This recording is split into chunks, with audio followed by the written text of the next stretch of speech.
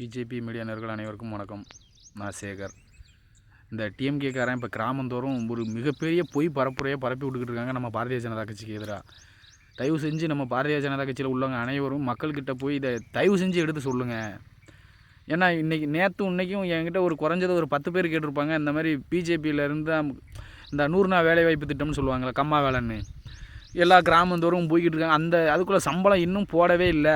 இவங்க அந்த டிஎம்கேக்காரன் பூரா அவங்கக்கிட்ட என்னத்தை சொல்லி விட்றாங்கன்னா, மேலேருந்து மத்திய மோடி அரசாங்கம் போட்டு விட மாட்டேங்குன்னு சொல்லியே பொய் பிரச்சாரத்தை மக்கள் மனசில் விதைச்சிக்கிட்டே இருக்காங்க.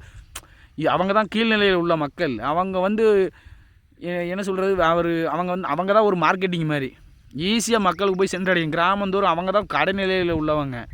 இப்போ அவங்கக்கிட்ட போய் இந்த தகவல் போச்சுன்னா ஃபுல்லாக சர்க்கிளாக இப்போ அவன் இந்த 2026 செவிக்கிறதுக்காக இப்படி ஒரு யுக்தியை கையாளுந்துக்கிட்டு இருக்கான்.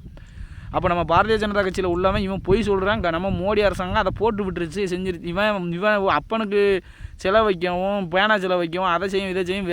இவன் மகன் கார் ரேஸ் விட்டு இந்த துட்டை பூரா இப்படி அழிச்சிட்டு கள்ளச்சாராயம் குடிச்சு இவன் டிஎம்கேக்காரன் தான் கள்ளச்சாராயம் விற்றுத்தான். அதில் செத்தவங்களுக்கு பூரா 10 லட்சம் குடிச்சிட்டு செத்த நாய்க்கு 10 லட்சம் கொடுத்து விட்ருக்கான்.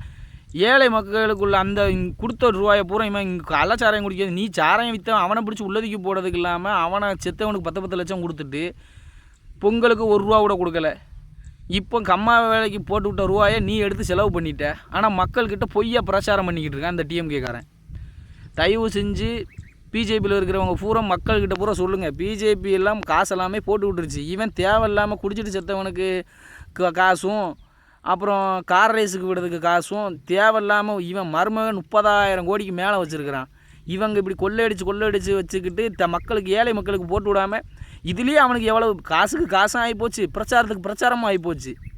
அந்த கம்மா வேலைக்கு போகிறவங்ககிட்ட பூரா இந்த மாதிரி இவங்க காசு போட்டு விடலை, அவங்க இப்போ காசு போட்டு விடலைன்னு சொல்லி ஏமாற்றிக்கிட்டு இருக்காங்க. தயவு செஞ்சு நம்ம பிஜேபி இன்னும் 1 வருஷம் தான் இருக்குது. இந்த தேர்தலுக்கு நம்ம அண்ணாமலை தலைவருக்கு கீழே பயங்கரமாக நம்ம பணி செஞ்சால் மட்டும்தான் இவங்களை இந்த திராவிட முன்னேற்ற கழகத்தை அடித்து விரட்ட முடியும். இது ஒரு அருமையான வாய்ப்பு அந்த டிஎம்கேக்காரன் அருமையாக யோசிச்சிருக்கான் பாருங்களேன்.